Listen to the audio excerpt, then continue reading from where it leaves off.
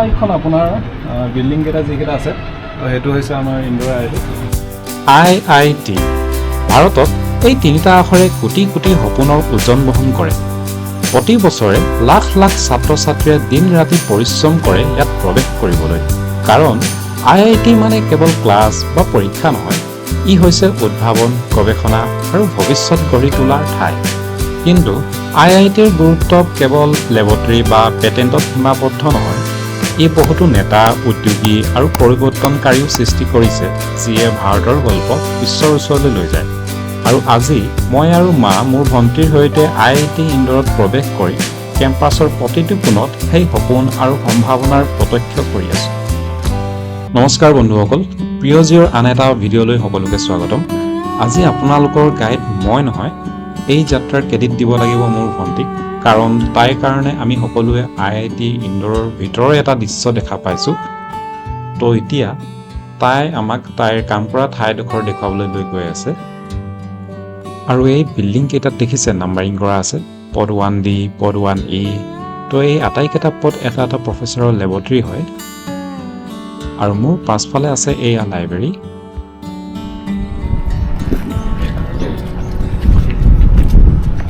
ভণ্টি কোনটো পদত পদ 1?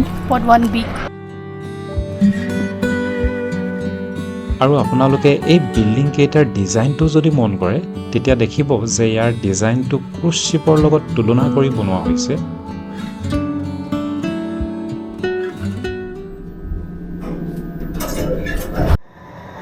এতিয়া মা আৰু দাদাক কমন লেভেললৈ লৈ গৈছোঁ BSB ডিপাৰ্টমেণ্টৰ। বহুতো ইনষ্ট্ৰুমেণ্ট আছে ইয়াতে। ডিষ্টিল ৱাটাৰ ইয়াত পিউৰিফাই কৰে, ডিষ্টিলেট ৱাটাৰ কালেক্ট কৰিব পাৰোঁ আমি। এইবিলাক ফ্ৰিজ -80 ডিগ্ৰী দুইটা।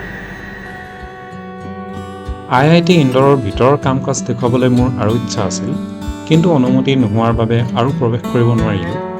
গতিকে ভণ্টিক মই আগলৈ এই চেনেলটোত ব্লগ বনাবলৈ কৈছোঁ, যাতে তাই IITৰ দৈনন্দিন জীৱন আৰু অভিজ্ঞতা আপোনালোকৰ আগত শ্বেয়াৰ কৰিব পাৰে।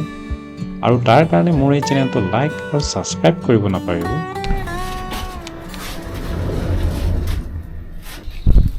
লাইফত সদায় এটা বস্তু খাই থাকোঁ, কিন্তু গছজোপা দেখি পোৱা নাছিলোঁ। তো আজি IIT কেম্পাছৰ ভিতৰত আহি কিনে এই গছজোপা দেখিলোঁ।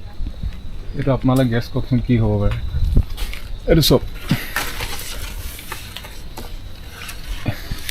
এইটো চবেই খাই পাইছে।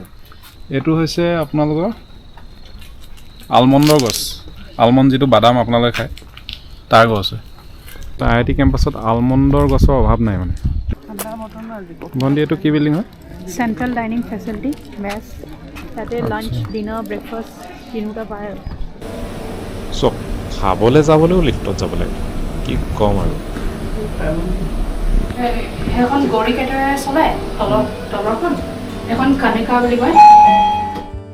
কিবা খাব আছে নেকি অলপ ইফাল সিফাল চালোঁ, নাই চব খালী দেখি আমি ওলাই আহিলোঁ। ইয়াৰ পাছত আমি অডিটৰিয়াম ফালে পাক এটা মাৰিলোঁ। এয়া হৈছে অডিটৰিয়ামটোৰ এটা সৰু মডেল। আজি একচুৱেলি দেওবাৰ কাৰণে কেম্পাছটো চব খালী খালী হৈ আছে। কেম্পাছটো বহুত ডাঙৰ হয়। আমি চাওঁতে চাওঁতে আন্ধাৰ হৈ গ'ল।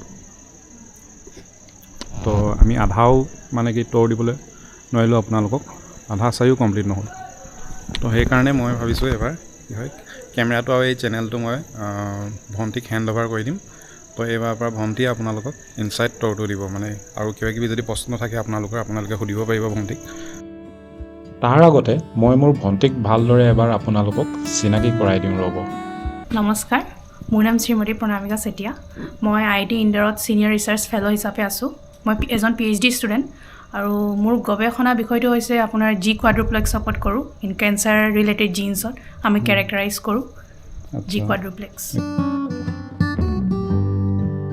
তো এতিয়া সময় হৈছে ইয়াৰ পৰা বিদায় লোৱাৰ। C you soon, good bye, শুভৰাত্ৰি।